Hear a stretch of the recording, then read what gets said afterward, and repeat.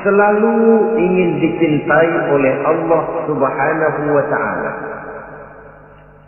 Dan tidak seorang pun di antara kita yang hidup ingin dimurkai oleh Allah Subhanahu wa ta'ala. Jangankan lagi dimurkai Allah, dimarahi tetangga saja kita kadang-kadang sudah merasa tidak enak. Padahal bagaimanapun, kalau sekadar dimarahi tetangga, kita masih bisa menghindar, pergi atau pindah ke tempat lain. Tahun depan kita kembali lagi, barangkali sudah bisa berdamai. Tapi jikalau Allah yang murka kepada kita, padahal alam ini adalah miliknya belaka, rasanya kemana lagi langit tempat kita bernaung, dan kemana lagi bumi tempat kita berpijak. Setiap orang ingin dicintai Allah, tapi tidak setiap orang mau melakukan perbuatan-perbuatan yang kalau dikerjakannya Allah akan cinta kepadanya.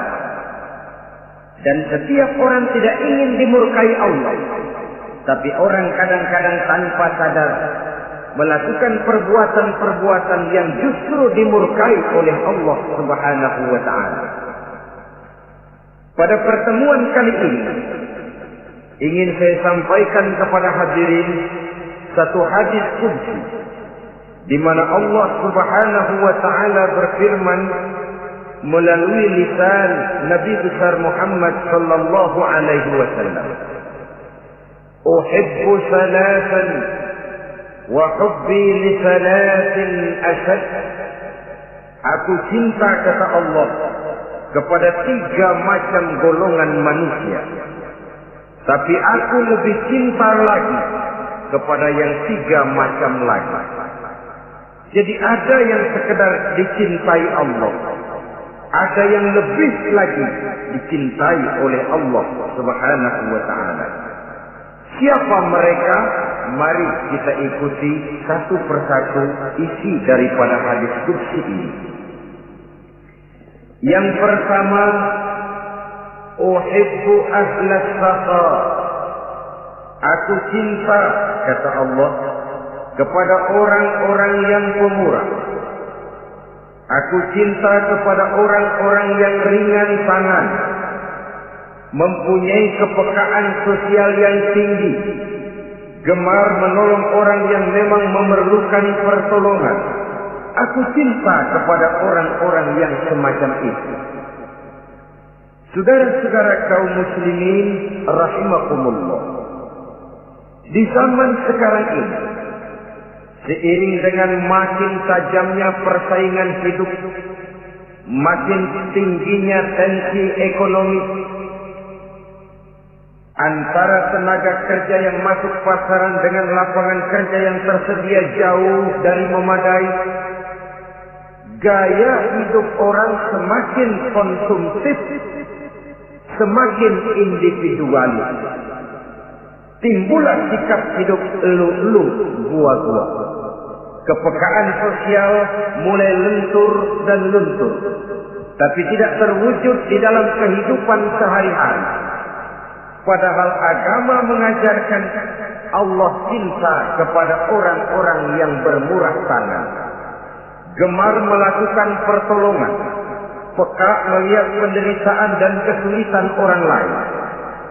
Adalah Allah melebihkan rezeki sebagian kita dari yang lain. Dimaksudkan untuk saling tolong-menolong, bahu-membahu dan bantu-membantu.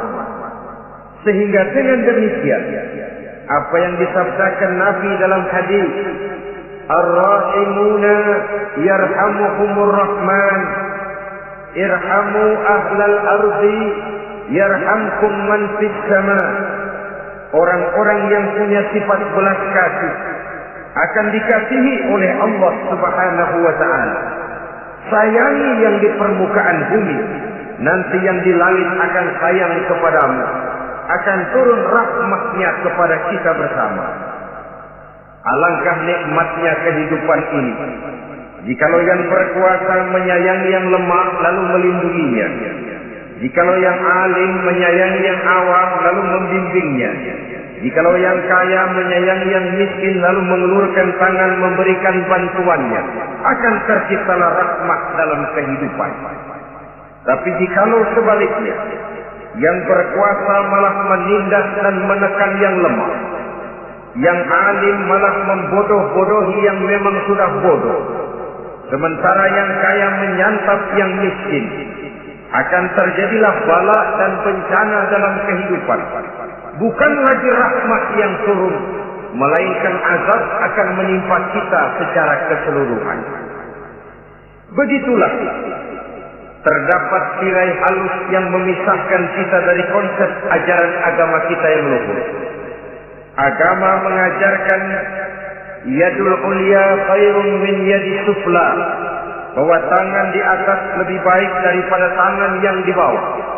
Orang yang memberi lebih baik daripada orang yang menerima. Tapi yang kita praktekkan, kita selalu berada pada posisi tangan di bawah, menjadi umat yang manja, yang lemah, padahal bukan tidak punya potensi, tapi mungkin karena kita tidak pandai menginventarisir potensi.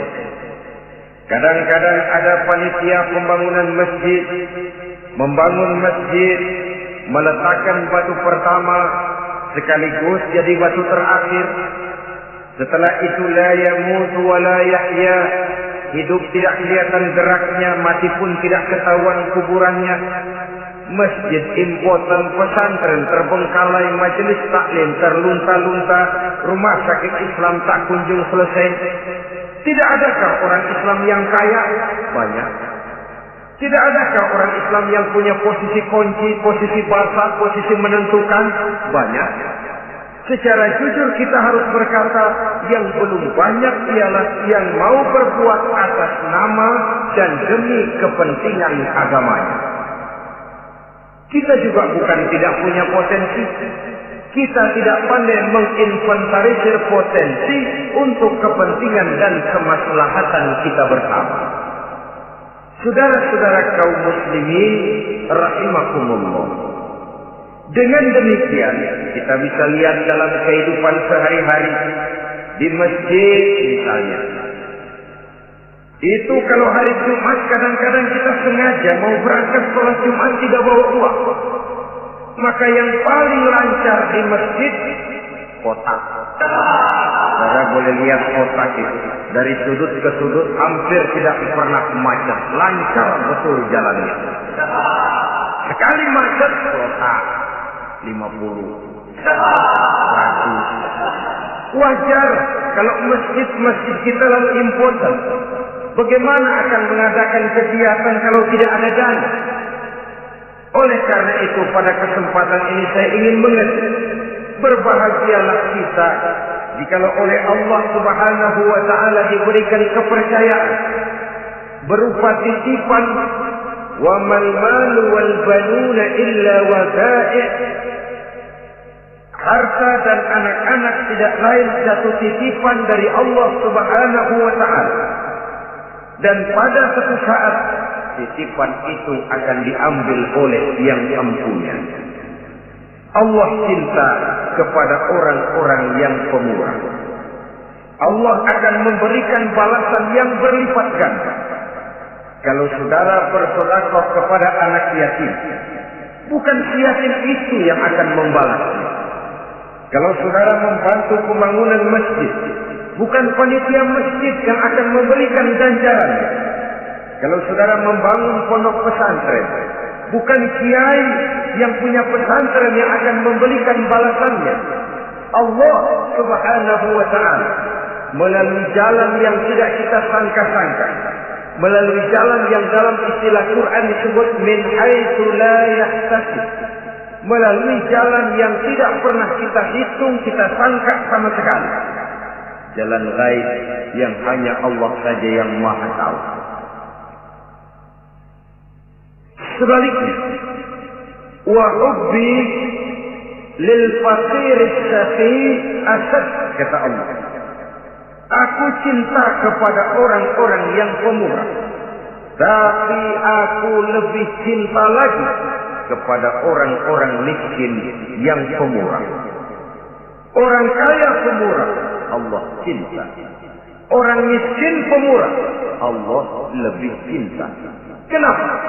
Kalau orang kaya sedekah 5.000 rupiah misalnya, orang miskin pun sedekah 5.000 rupiah, sama jumlahnya, sama ikhlasnya, sama halalnya, tapi besarnya pahala lebih besar sedekah si miskin yang 5.000 rupiah itu ketimbang si kaya yang juga 5.000 rupiah. Kenapa maka demikian? Oh, buat orang kaya uang 5.000 apalah artinya.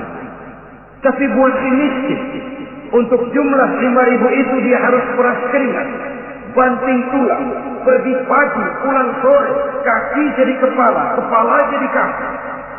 Tapi kok dia berani bersedekah sejumlah sedekahnya orang kaya.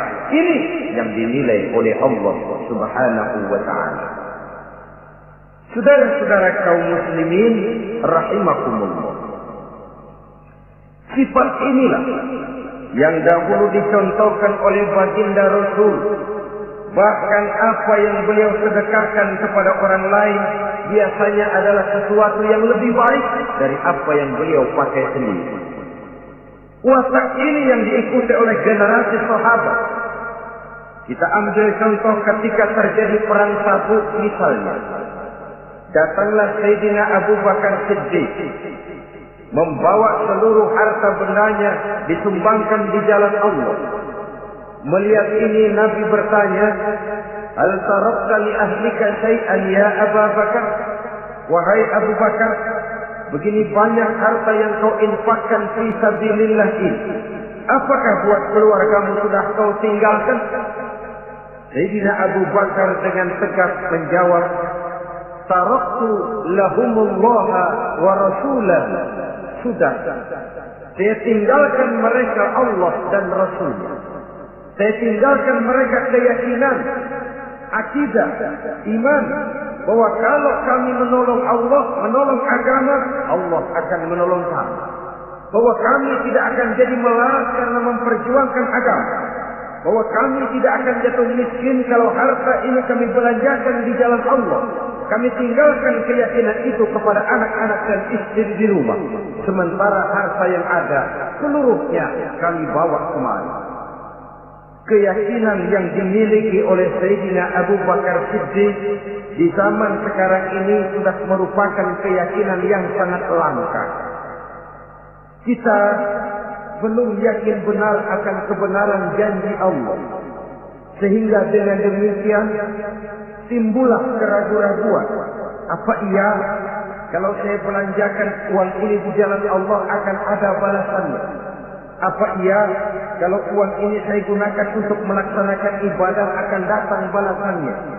Padahal dalam hadis qudsi Allah menjanjikan, "Ana inda zanni 'abdi bi." Aku ini, kata Allah, bagaimana menurut persangkaan hambaku saja kepadaku. Kalau dia sangka baik, insya Allah baik datangnya. Kalau dia sangka tidak, aku bagaimana menurut sangka hambaku kepadaku. Itulah sebabnya dalam segala hal kita harus husnuzan, berbaik sangka kepada Allah Subhanahu wa ta'ala. Saudara-saudara kaum muslimin rahimakumullah. Inilah golongan pertama kekasih Allah. Orang-orang yang dicintai Allah.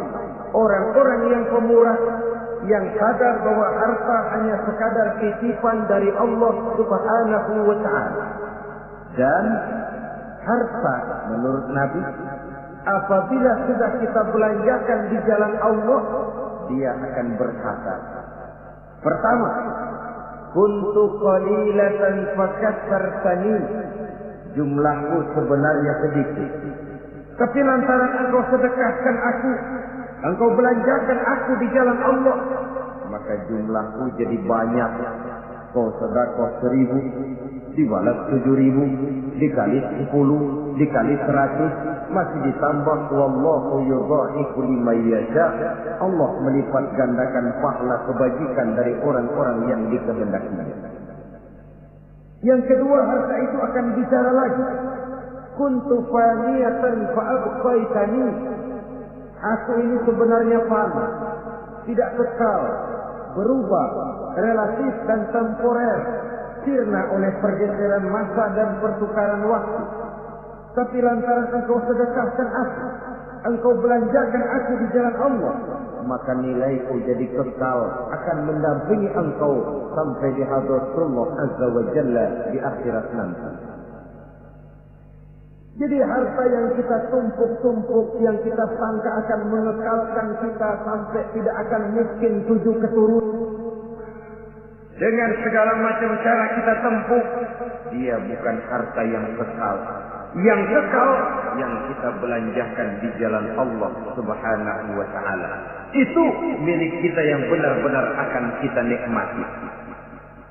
Yang ketiga, harta itu akan berkata lagi, kunta harisi wal ana sirtu harisaka. Dahulu kamulah yang menjaga saya, tapi sekarang setelah saya sedekahkan, setelah engkau sedekahkan aku, setelah engkau belanjakan aku di jalan Allah, bukan engkau lagi yang jaga aku, kata si harta, akulah yang akan menjagamu. Di dunia orang yang rajin sedekah-sedekahnya itu menolak bala, terhindar dari segala bencana dan musibah. Sementara di akhirat sedekahnya itu akan menjadi dinding yang menjaga dia dari jilatan api neraka. Demikian harta yang sudah kita infakkan, kita belanjakan, kita sedekahkan di jalan Allah itu akan menjadi penjaga kita. Sehingga Nabi menyatakan, inna sadaqatal mar'il muslim tazidu fil umri wa tadfa'u mitatas su'i. Sesungguhnya sedekahnya seorang mukmin dapat menambah umur panjang dan menyelamatkan seseorang dari mati secara su'ul khatimah. Marilah kita melihat bahwa agama ini memerlukan kita, bahwa umat ini mengharapkan pengorbanan kita. Dengan segala kemampuan yang ada pada diri kita, mari kita menyadari bahwa harta kita yang benar-benar milik kita sesungguhnya yang sudah kita belanjakan di jalan Allah Subhanahu wa taala.